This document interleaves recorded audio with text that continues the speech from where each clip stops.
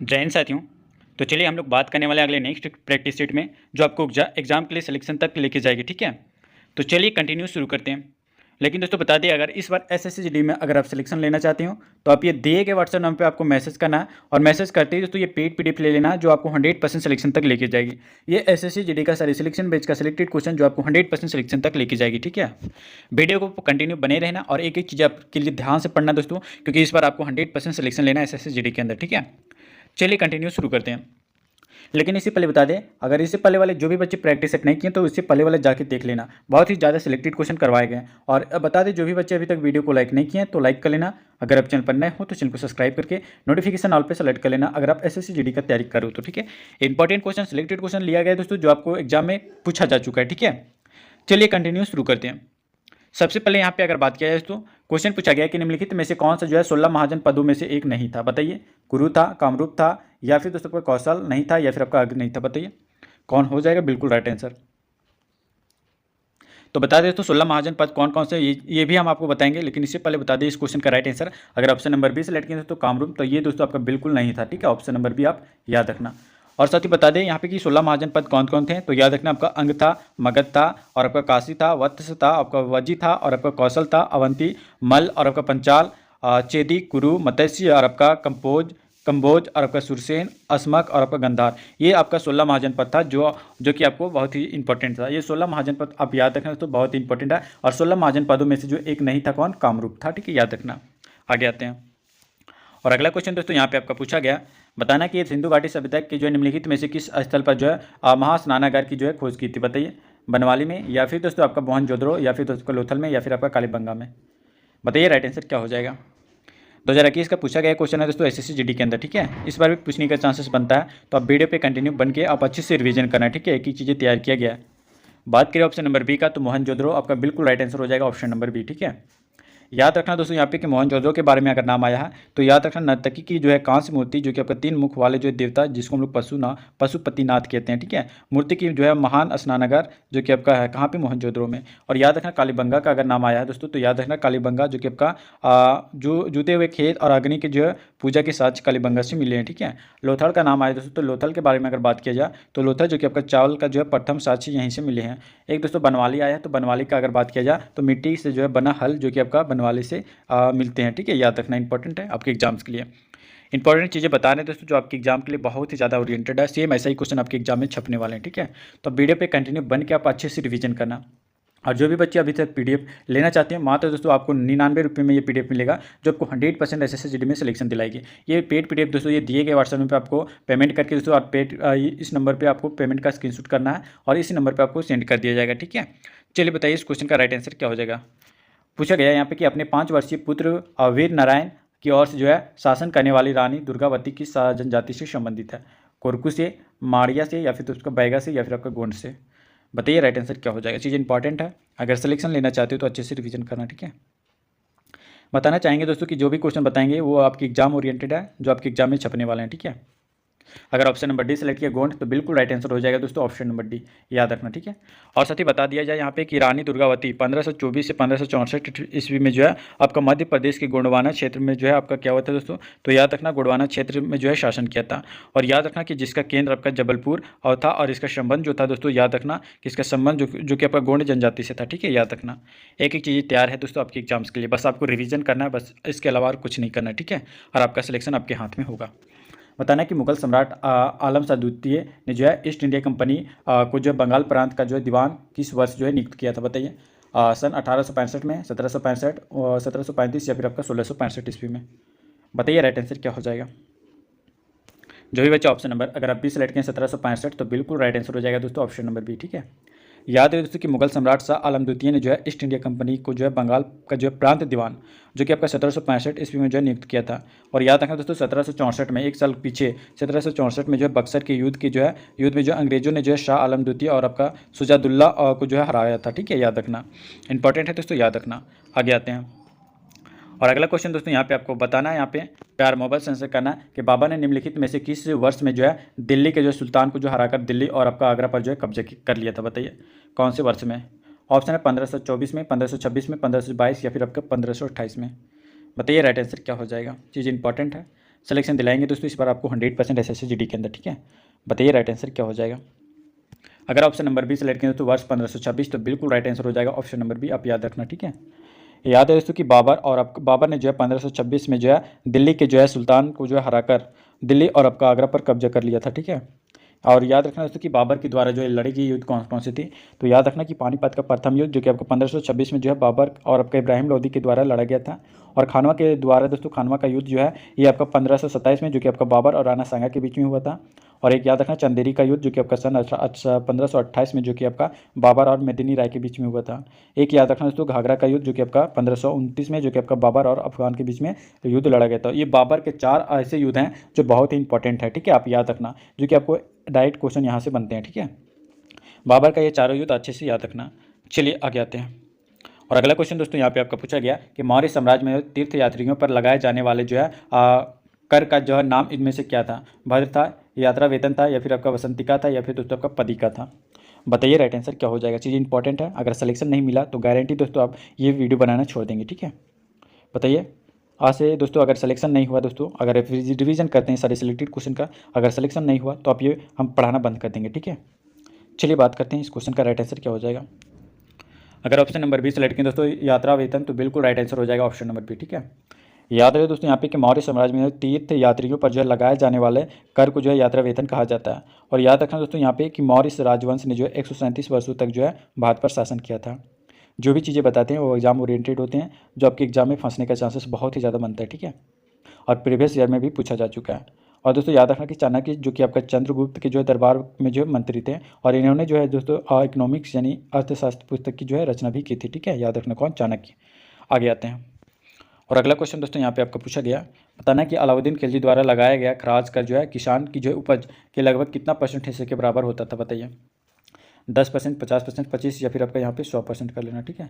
नहीं तो यहाँ पे दोस्तों 20% कर लेना। बताइए राइट आंसर क्या हो जाएगा। चीज़ इंपॉर्टेंट है, 100% आपको सिलेक्शन दिलाएंगे दोस्तों इस बार, ठीक है। अगर यहाँ पे 50% किए हैं दोस्तों ऑप्शन नंबर बी, तो बिल्कुल राइट आंसर हो जाएगा ऑप्शन नंबर बी, आपका बिल्कुल राइट आंसर हो जाएगा। साथ ही बता दें कि अलाउद्दीन खिलजी और आपका दिल्ली सल्तनत की खिलजी राजवंश का दूसरा शासक था। उसका साम्राज्य जो कि आपका अफगानिस्तान से लेकर आपका मध्य भारत, उत्तर मध्य भारत तक जो है फैला हुआ था, ठीक है। याद रखें दोस्तों अलाउद्दीन खिलजी ने जो है सेना में जो है नगद वेतन और आपका स्थायी सेना की जो है नींव रखी, और आपका भू राजस्व की दर बढ़ाकर दोस्तों उपज का जो है 1/2 भाग कर लिया था, ठीक है, याद रखना। नेक्स्ट क्वेश्चन की ओर आते हैं। और जो भी बच्चे बात कर लेते हैं, वीडियो को अभी तक लाइक नहीं किए तो लाइक कर लेना। अगर आप चैनल पर नए हो तो चैनल को सब्सक्राइब करके नोटिफिकेशन ऑल पे सेलेक्ट कर लेना। आने वाला SSC GD से रिलेटेड ऐसे ही सिलेक्टेड क्वेश्चन, सिलेक्शन बेच का सिलेक्टेड क्वेश्चन आपको टाइम टू टाइम मिलती रहेगी, ठीक है। चलिए बताइए, पूछा गया कि भारतीय राष्ट्रीय कांग्रेस के जो पहले अधिवेशन का जो आयोजन मुंबई तत्कालीन बॉम्बे में जो है व्योमेश चंद बनर्जी के अध्यक्षता में किस में जो है किया गया था। बताइए कौन से वर्ष में किया गया था। जनवरी 1884 में, नवंबर 1906 में, अक्टूबर 1882 में, या फिर आपका दिसंबर 1885 में। बताइए राइट आंसर क्या हो जाएगा। चीज़ इंपॉर्टेंट है दोस्तों, 100% सिलेक्शन दिलाएंगे, ठीक है। बताइए इस क्वेश्चन का राइट आंसर।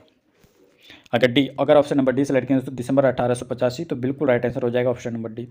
याद रहे दोस्तों यहाँ पे कि कांग्रेस की स्थापना ब्रिटिश राज में जो है 28 दिसंबर 1885 को हुई थी। और इसके संस्थापक की अगर बात किया जाए तो सदस्यों में से जो A.O. ह्यूम, दादा भाई नौरोजी भी जो है शामिल थे इसमें, ठीक है, याद रखना। और कुछ इंपॉर्टेंट टॉपिक आप याद रखना दोस्तों, जो कि आप बता दें कि इंपॉर्टेंट पॉइंट, जो कि आपका द्वितीय अधिवेशन जो कि आपका सन 1886 में, ठीक है, ये आपका द्वितीय अधिवेशन जो कि आपका कोलकाता दादा भाई नौरोजी के द्वारा किया गया था। और तृतीय अधिवेशन जो कि आपका 1887 में, ठीक है, ये तृतीय अधिवेशन था जो कि आपका मद्रास में बदरुद्दीन तैयब जी के द्वारा किया गया था। और याद रखना चतुर्थ अधिवेशन जो कि चौथा अधिवेशन जो कि आपका वर्ष 1888 में, जो कि दोस्तों याद रखना इलाहाबाद में हुआ था, ये जॉर्ज यूल के द्वारा किया गया था, ठीक है। इंपॉर्टेंट है, इंपॉर्टेंट चीज़ें आपको बताते हैं दोस्तों जो आपके एग्जाम में फंसने का चांसेस बहुत ही ज़्यादा बनता है, ठीक है। आगे आते हैं। और यहाँ पे आपका अगला क्वेश्चन पूछा गया है, बताना है दोस्तों यहाँ पे कि निम्नलिखित में से कौन सा शब्द भारत में मंदिर स्थापित कला से संबंधित नहीं है। द्रविड़, उदरवका, या फिर दोस्तों आपका वेसर, या फिर नागर। बताइए सही आंसर क्या हो जाएगा। इंपॉर्टेंट है दोस्तों आपके एग्जाम्स के लिए, 2021 में पूछा गया क्वेश्चन है, ठीक है। आपके एग्जाम में डायरेक्ट ऐसा ही क्वेश्चन बनने वाला है। अगर ऑप्शन नंबर बी सेलेक्ट किए दोस्तों उधरवका, तो बिल्कुल राइट आंसर हो जाएगा, बिल्कुल ऑप्शन नंबर बी आप सही किए हैं, ठीक है। और साथ ही याद रखना कि जितने भी क्वेश्चन बताते हैं आप बताना कि आंसर आप कितने स्कोर कर पाए हैं, और कितने स्कोर में दोस्तों आप अच्छे से आंसर बिल्कुल सही करेक्ट किए हैं, ठीक है। और तुक्का लगाना नहीं दोस्तों, आप अच्छे से सोच समझ के आंसर करना, ठीक है। अगर बात किया जाए दोस्तों यहाँ पे कि भारत में जो मंदिर स्थापित कला की जो है प्रमुख शैलियाँ हैं, और याद रखना द्रविड़ और आपका नागर व वेसर, ये ऊर्ध्वाधर मंदिर स्थापित कला की शैली नहीं है, ठीक है। ये आपका द्रविड़, वेसर और नागर ये आपका यहाँ पे कि स्थापित कला की जो है संबंधित है, और लेकिन ऊर्ध्वाधर जो है ये संबंधित नहीं है, ठीक है, याद रखना। आगे आते हैं। और अगला क्वेश्चन दोस्तों यहाँ पे पूछा गया कि हड़प्पा कालीन स्थल रंगपुर भारत के किस वर्तमान राज्य में स्थित है? राजस्थान में, गुजरात में, हिमाचल प्रदेश या फिर आपका हरियाणा में? बताइए। अगर अभी तक वीडियो को लाइक नहीं किए तो लाइक कर लेना दोस्तों। अगर चैनल पर नहीं हो तो चैनल को सब्सक्राइब करके नोटिफिकेशन ऑल पे सेलेक्ट कर लेना। अगर आप ऐसे जीडी के लिए सिलेक्टेड क्वेश्चन चाहते हैं तो आप ये दिए गए व्हाट्सएप नंबर पर मैसेज कर लेना। ये पेड पीडीएफ आपको जो कि आपको जितने भी बताते हैं क्वेश्चन, इसका पेड पीडीएफ आपको मिल जाएगा, जो कि आपको 100% सिलेक्शन दिलाएगी, ठीक है। बताइए दोस्तों इस क्वेश्चन का राइट आंसर क्या हो जाएगा? 100 यहाँ पे बताइए 40 का राइट आंसर। अगर ऑप्शन नंबर यहाँ पे 20 सेलेक्ट किया दोस्तों गुजरात, तो बिल्कुल राइट आंसर हो जाएगा ऑप्शन नंबर बी, ठीक है। याद रखना दोस्तों यहाँ पे कि हड़प्पा कालीन स्थल रंगपुर भारत के जो गुजरात राज्य में स्थित है वर्तमान में, ठीक है। और याद रखना दोस्तों कि कालीबंगा का नाम आए तो कालीबंगा कहाँ पे है? तो कालीबंगा आपका राजस्थान में है। और अगर बात किया जाए हरियाणा के बारे में तो हरियाणा में दोस्तों क्या है? तो आपका हरियाणा में आपका है आपका बनवाली। और अगर गुजरात में अगर बात किया जाए तो गुजरात में आपका धौलावीरा है, ठीक है, याद रखना। बहुत ही चीज़ें इंपॉर्टेंट है जो आपको 100% सिलेक्शन तक दिलाएगी, ठीक है। बस आप रिविजन करते रहना है दोस्तों, बस गारंटी है, ठीक है। आगे आते हैं। और अगला क्वेश्चन दोस्तों यहाँ पे आपको पूछा गया कि वर्ष 1919 में जलियांवाला बाग हत्याकांड कहाँ पे हुआ था? ये इंपॉर्टेंट है दोस्तों। लाहौर में हुआ था, पठानकोट में हुआ था, या फिर अमृतसर, या फिर आपका अम्बाला में? बताइए।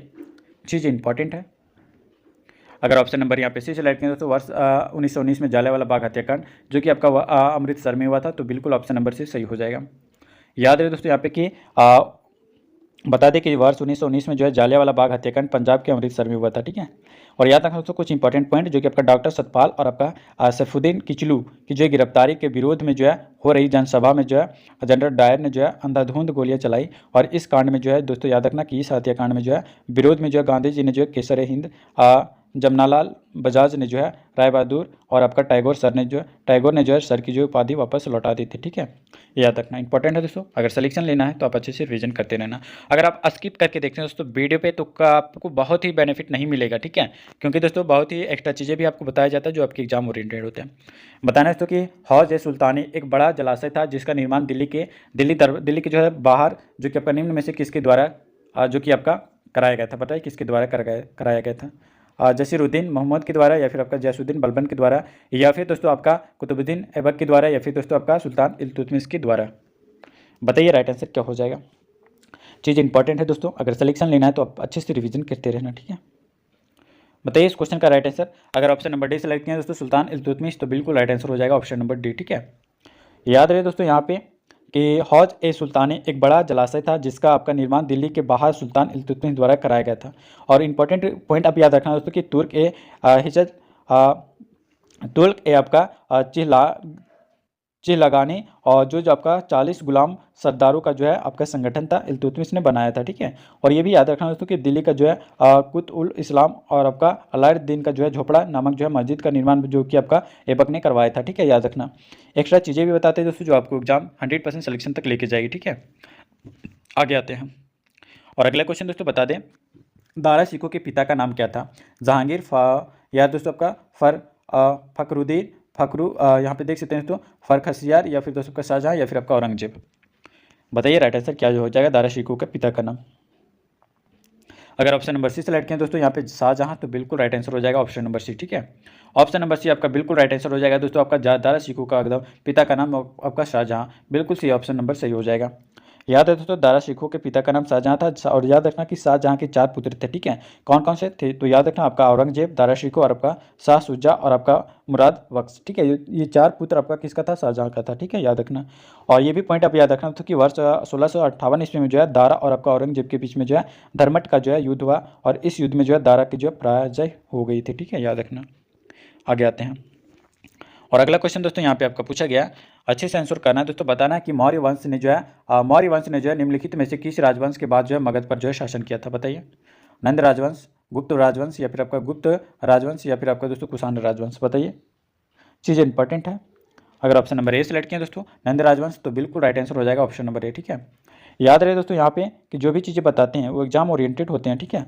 बता दें दोस्तों कि मौर्य वंश ने जो है नंद वंश के जो पश्चात शासन किया, और चंद्रगुप्त आपका मौर्य ने जो है नंद वंश वे शासक घनानंद को जो है पराजित कर मौर्य वंश की जो है नींव रखी थी, ठीक है।